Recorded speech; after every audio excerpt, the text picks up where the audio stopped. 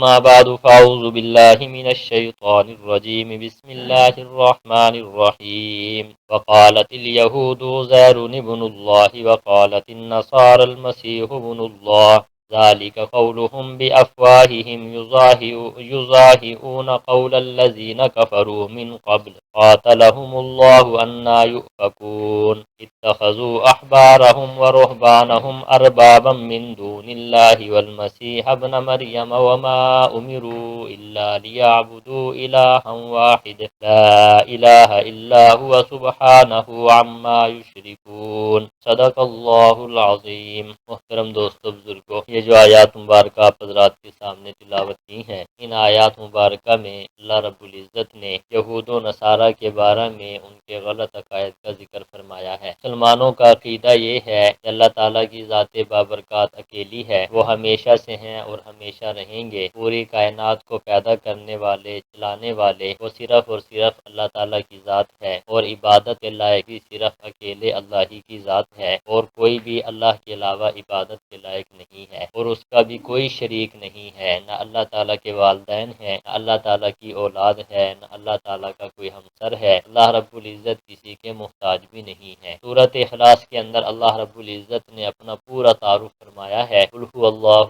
احد اللہ الصمد لم یلد ولم یولد ولم یکن لہ کفوا احد۔ تو مسلمانوں کا عقیدہ عقیدہ توحید ہے۔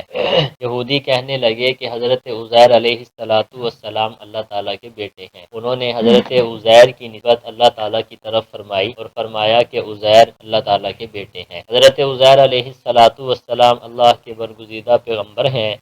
ان کے زمانہ کے اندر یہودیوں پر بہت بڑا امتحان آیا۔ ایک بادشاہ تھا جس کا نام تھا بخت نصر۔ یہ بہت بڑا بادشاہ ظالم تھا، اس نے یہودیوں کو قتل کروایا، حتیٰ کہ بیت المقدس کی توہین بھی اس نے کروائی، اور تورات کے بہت زیادہ نسخے انہوں نے جلا دیے۔ جب بہت زیادہ نسخے جل گئے، تورات ناپید ہو گئی، تو اب حضرت عزیر علیہ السلام نے اپنی یادداشت کے طور پر، اپنے حافظے کے طور پر تورات کو دوبارہ املا کروایا۔ علماء فرماتے ہیں کہ یہودی عزیر کو اللہ کا بیٹا اس لیے کہتے تھے کہ اللہ تعالیٰ نے تورات کو اتارا تھا، پھر تورات بخت نصر نے اس کو جلا دیا، آگے پیچھے کر دیا، ختم کر دی۔ دوبارہ تورات کو نسخے پر لانے والے حضرت عزیر علیہ السلام ہیں، لہٰذا انہوں نے یہ بات کہی کہ عزیر علیہ السلام اللہ تعالیٰ کے بیٹے ہیں۔ جیسے اللہ تعالیٰ نے تورات کو اتارا تھا، عزیر علیہ السلام نے بھی تورات دوبارہ لکھ کر ہمارے سامنے پیش کی ہے، تو حضرت عزیر علیہ السلام اللہ تعالیٰ کے بیٹے ہیں۔ یہ انہوں نے بات کہی۔ آج بھی آیا یہودی یہ بات کہتے ہیں یا نہیں کہتے؟ اکثر و بیشتر یہودیوں کے،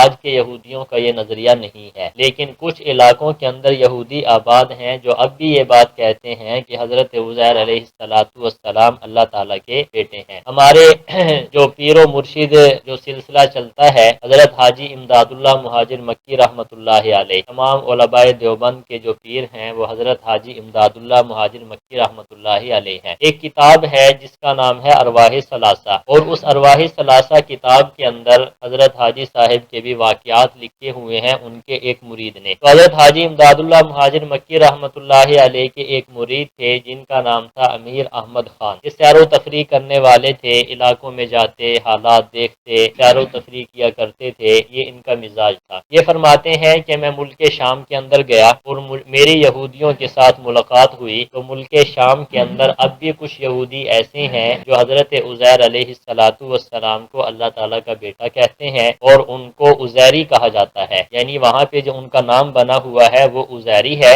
اور ان پورے قبیلے کو عزیریہ کہا جاتا ہے۔ یعنی آج بھی کچھ نہ کچھ یہودی دنیا کے اندر موجود ہیں جو اب حضرت عزیر علیہ السلام کو اللہ تعالیٰ کا بیٹا کہتے ہیں۔ تو جب انہوں نے اللہ تعالیٰ کا بیٹا حضرت عزیر علیہ السلام کو کہہ دیا، تو یہ کہنے کے بعد وہ کیا ہو گئے؟ مشرک ہو گئے، کیونکہ انہوں نے اللہ تعالیٰ کے ساتھ حضرت عزیر کو شامل کر لیا، شریک ٹھہرا لیا، تو اپنے اس عقیدے کی وجہ سے وہ مشرک کہلائے۔ پھر آگے عیسائی آگے، نصارہ یہ بات کہا کرتے تھے کہ حضرت عیسیٰ علیہ السلام اللہ تعالیٰ کے بیٹے ہیں، بلکہ عیسائیوں کے تو 3 گروہ ہیں، 3 جماعتیں ہیں۔ قرآن مجید کے اندر اللہ تعالیٰ نے تینوں جماعتوں کا ذکر فرمایا ہے۔ لقد کفر الذین قالوا انما المسیح، فرمایا کہ کفر کیا ان لوگوں نے جنہوں نے یہ بات کہی کہ خدا جو ہے وہ عیسیٰ بن مریم ہے۔ ایک جماعت یہ کہنے لگی کہ خود عیسیٰ علیہ السلام ہی خدا ہیں، نعوذ باللہ، اور عیسائیوں کی ایک جماعت یہ کہنے لگی کہ ثالث ثلاثہ، عیسیٰ علیہ السلام تین میں سے ایک ہیں۔ مطلب یہ ہے وہ کہا کرتے تھے کہ خدا تین چیزوں کا مجموعہ ہے، نمبر ایک اللہ تعالیٰ کی ذات بابرکات، نمبر دو حضرت عیسیٰ علیہ السلام، نمبر تین حضرت عیسیٰ علیہ السلام کی والدہ محترمہ حضرت مریم، تینوں کو ملائیں گے تو خدا بنے گا، وگرنہ اکیلا خدا نہیں بن سکتا۔ یہ ایک جماعت کا نظریہ ہے عیسائیوں میں سے۔ اور ایک جماعت وہ ہے جو کہنے لگی کہ عیسیٰ علیہ السلام اللہ تعالیٰ کے بیٹے ہیں۔ تو جب ان کی تینوں نظریات یہ ہیں تو انہوں نے ان عقائد کے ساتھ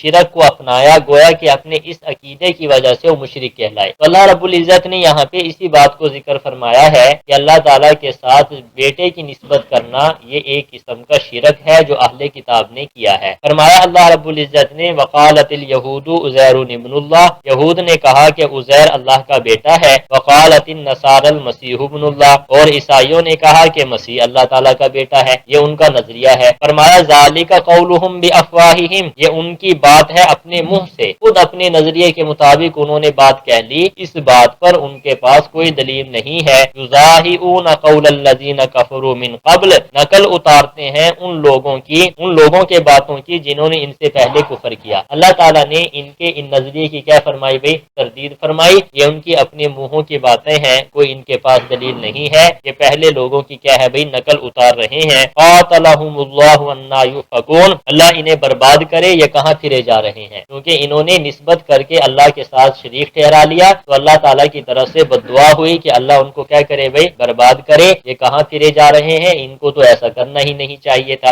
آگے فرمایا اتخذوا احبارہم ورہبانہم اربابا من دون اللہ، بنا لیا انہوں نے اپنے علماء اور اپنے مشائخ کو رب اللہ کے علاوہ۔ یہود و نصارہ جو ہیں وہ اپنے علماء کو احبار کہتے ہیں، عالم کو، راہب کی جمع ہے، اور رہبان یہ راہب کی جمع ہے۔ راہب کہتے ہیں جو دنیا کو چھوڑ کر اللہ کی طرف متوجہ ہو جائے، جس کو ہماری زبان کے اندر زاہد کہیں گے، یا ہماری زبان پر اس کو مشائخ کہہ دیا جاتا ہے، صوفی کہہ دیا جاتا ہے۔ تو اللہ رب العزت ارشاد فرما رہے ہیں کہ یہود و نصارہ نے اپنے علماء کو اور اپنے مشائخ کو رب بنا لیا اللہ تعالیٰ کو چھوڑ کر، اللہ تعالیٰ کو چھوڑ کر۔ ہمارے نبی سرور کائنات صلی اللہ علیہ وسلم پر یہ آیت مبارکہ نازل ہوئی۔ عدی بن حاتم، آپ نام سنتے رہتے ہیں، حاتم تائی کا بہت بڑا سخی تھا، نام آپ حضرات سنتے ہی رہتے ہیں۔ یہ سرور کائنات صلی اللہ علیہ وآلہ وسلم کے زمانے سے پہلے کا ہے، اور یہ عیسائی مذہب پر تھا۔ جب سرور کائنات صلی اللہ علیہ وسلم نے اعلان نبوت فرمایا تو اس نے ہمارے نبی کا زمانہ پایا، لیکن آپ پر ایمان نہیں لا سکا، یہ عیسائیت پر ہی مرا۔ اس کا جو بیٹا تھا عدی، یہ سرور کائنات صلی اللہ علیہ وسلم پر ایمان لے کر آیا، مسلمان ہو گیا۔ جب یہ مسلمان ہوا تو حضرت عدی نے نبی کریم صلی اللہ علیہ وسلم کو یہ بات عرض کی کہ اللہ کے نبی، قرآن مجید میں ایک آیت آئی ہے، اس آیت میں یہ بات لکھی ہوئی ہے کہ انہوں نے یعنی یہود و نصارہ نے اپنے علماء اور مشائخ کو رب بنا لیا، حالانکہ ہم نے تو اپنے علماء اور مشائخ کو رب نہیں بنایا، یعنی عیسائی تو اپنے علماء اور مشائخ کو رب نہیں بناتے، اور قرآن مجید کے اندر اس بات کا ذکر ہے کہ انہوں نے اپنے علماء اور مشائخ کو کیا ہے بھائی؟ رب بنایا۔ یہ انہوں نے سوال کیا ہمارے نبی سرور کائنات صلی اللہ علیہ وسلم سے۔ نبی کریم صلی اللہ علیہ وسلم نے حضرت عدی سے پوچھا کہ عدی یہ بتا، کیا جو عیسائی مذہب رکھنے والے ہیں کیا وہ اپنے علماء کی طرف اس بات کو نسبت نہیں کرتے کہ جس چیز کو وہ حلال کہہ دیں تو وہ آگے سے کہتے ہیں یہ حلال ہے، جس چیز کو وہ حرام کہہ دیں تو وہ آگے سے کہتے ہیں بھئی حرام ہے؟ یعنی ان کے علماء جو بات کہہ دیں وہ اپنے علماء کی اور مشائخ کی بات مان دیتے ہیں، اگر سے چیز حلال ہو اور ان کے علماء حرام کہہ دیں تو وہ کہتے ہیں حرام ہے، اگر حرام ہو ان کے علماء حلال کہہ دیں تو وہ کیا کہتے ہیں بھئی؟ حلال ہے۔ حدیث سے پوچھا ہمارے نبی نے کیا ایسا ہے؟ حدیث کہنے لگا جی بالکل ایسے ہی ہے۔ تو فرمایا اور رب کس کو کہتے ہیں؟ رب کا مطلب یہ ہے کہ حلال اور حرام کرنا یہ کس کا اختیار ہے بھئی؟ اللہ رب العزت کا ہے۔ علماء اور مشائخ کا کوئی اختیار نہیں ہے کہ وہ کسی چیز کو حلال کریں یا کسی چیز کو حرام کریں۔ ہمارے استاد محترم رحمۃ اللہ علیہ فرماتے ہیں کہ میں ایک مرتبہ بھاولپور میں گیا، اور بھاولپور میں ان عیسائیوں کا بہت بڑا گرجا گھر ہے۔ حضرت فرماتے ہیں کہ میں نے دوستوں کو کہا چلو آج ان کے گرجا گھر کے اندر جاتے ہیں، دیکھتے ہیں یہ کیسے عبادت کرتے ہیں، ان کی صورت حال کا جائزہ لیتے ہیں۔ تو حضرت شیخ رحمۃ اللہ علیہ فرماتے ہیں کہ ہم وہاں پہ گئے تو وہاں پہ ایک عیسائی چوکیدار تھا، ہم نے اجازت لی، انہوں نے اندر جانے کی اجازت دے دی۔ حضرت فرماتے ہیں کہ ہم ان کے گرجا گھر کے اندر گئے تو فرماتے ہیں کہ تصویریں لگی ہوئی ہیں حضرت عیسیٰ علیہ السلام کو پکڑنے کی، باندھنے کی، سولی پہ چڑھانے کی، اپنے نظریے کے مطابق انہوں نے اس قسم کی تصویریں لگائی ہوئی تھی۔ تو پھر فرماتے ہیں کہ اتوار والے دن ان کا عبادت کا دن تھا، تو جب عبادت کا دن ہوا تو ان کا جو پوپ یا پادری تھا نا، قوم کی طرف لوگوں کی طرف منہ کر کے کھڑا ہوا، اور جو لوگ تھے وہ قبلہ کی طرف منہ کر کے کھڑے ہوئے۔ تو اس طریقے سے وہ پادری پڑھتا رہا اور وہ سنتے رہے، بس یہ عبادت ہو گئی۔ تو پھر میں نے اس عیسائی سے پوچھا جو امریکہ کا رہنے والا تھا، حضرت شیخ فرماتے ہیں جو بھاولپور کے اندر وہ گرجا گھر بڑا سارا ہے نا، وہ امریکہ کا رہنے والا وہاں پہ کیا تھا بھائی؟ عیسائی تھا۔ تو میں نے اس سے پوچھا کہ آپ بتائیں کہ یہ عبادت کا طریقہ یہ کیا صورتحال ہے؟ دیکھا بھی ہے میں نے۔ تو وہ عیسائی کہنے لگا پہلے جو طریقہ کار تھا وہ یہ تھا کہ ہمارا پادری جو ہے وہ بھی قبلہ کی طرف منہ کر کے کھڑا ہوتا اور قوم بھی کھڑی ہوتی، جیسا کہ ہم نماز کے اندر کھڑے ہوتے ہیں۔ لیکن کچھ دنوں کے بعد پادری صاحب نے یہ بات کہی ہے کہ آج کے بعد جو ہم عبادت کریں گے نا وہ اس طریقے سے کریں گے کہ میرا رخ تمہاری طرف ہوگا اور تمہارا رخ میری طرف ہوگا، تاکہ تم مجھے دیکھتے رہو اور میں تمہیں جو ہے حرکتیں جو حالات ہیں یا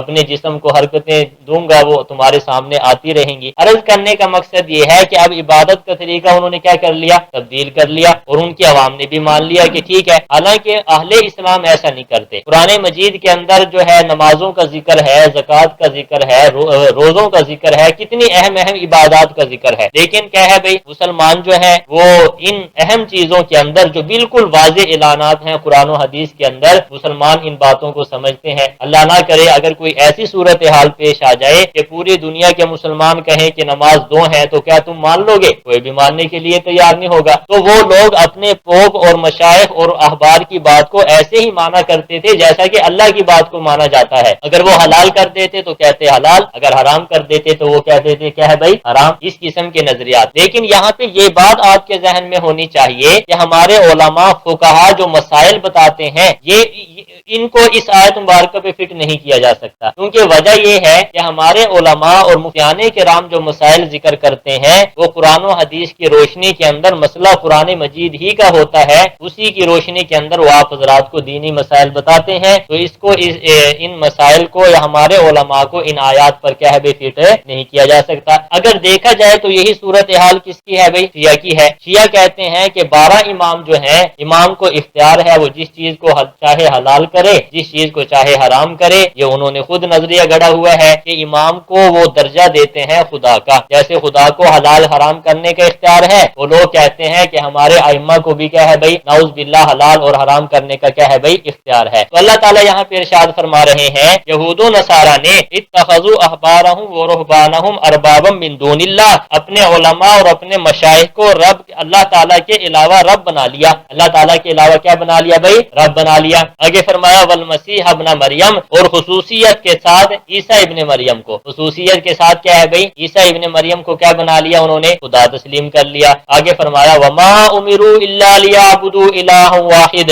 نہیں حکم دیے گئے مگر یہی کہ وہ عبادت کریں ایک ہی الہ کی۔ انہیں حکم دیا گیا ہے کہ صرف ایک الہ کی عبادت کریں۔ وہ کون ہے بھائی؟ لا الہ الا ہوا، اس کے علاوہ کوئی دوسرا الہ نہیں ہے، اس کے علاوہ کوئی دوسرا الہ نہیں ہے۔ مسلمانوں کا نظریہ اور عقیدہ بھی عقیدہ توحید ہے، اسی بات کا حکم اللہ تعالیٰ نے ان کو دیا ہے کہ ایک الہ کی عبادت کرنی ہے، اس کے علاوہ کوئی بھی معبود نہیں ہے۔ فرمایا سبحانہ عما یشرکون، فرمایا ان کے شریک ٹھہرانے سے وہ کیا ہے بھائی؟ پاک۔ اللہ تعالیٰ ان سب چیزوں سے پاک ہے جن کو وہ اللہ کے ساتھ کیا ٹھہراتے ہیں بھائی؟ شریک ٹھہراتے ہیں۔ اللہ تعالیٰ ہمارے درس کو قبول فرمائے۔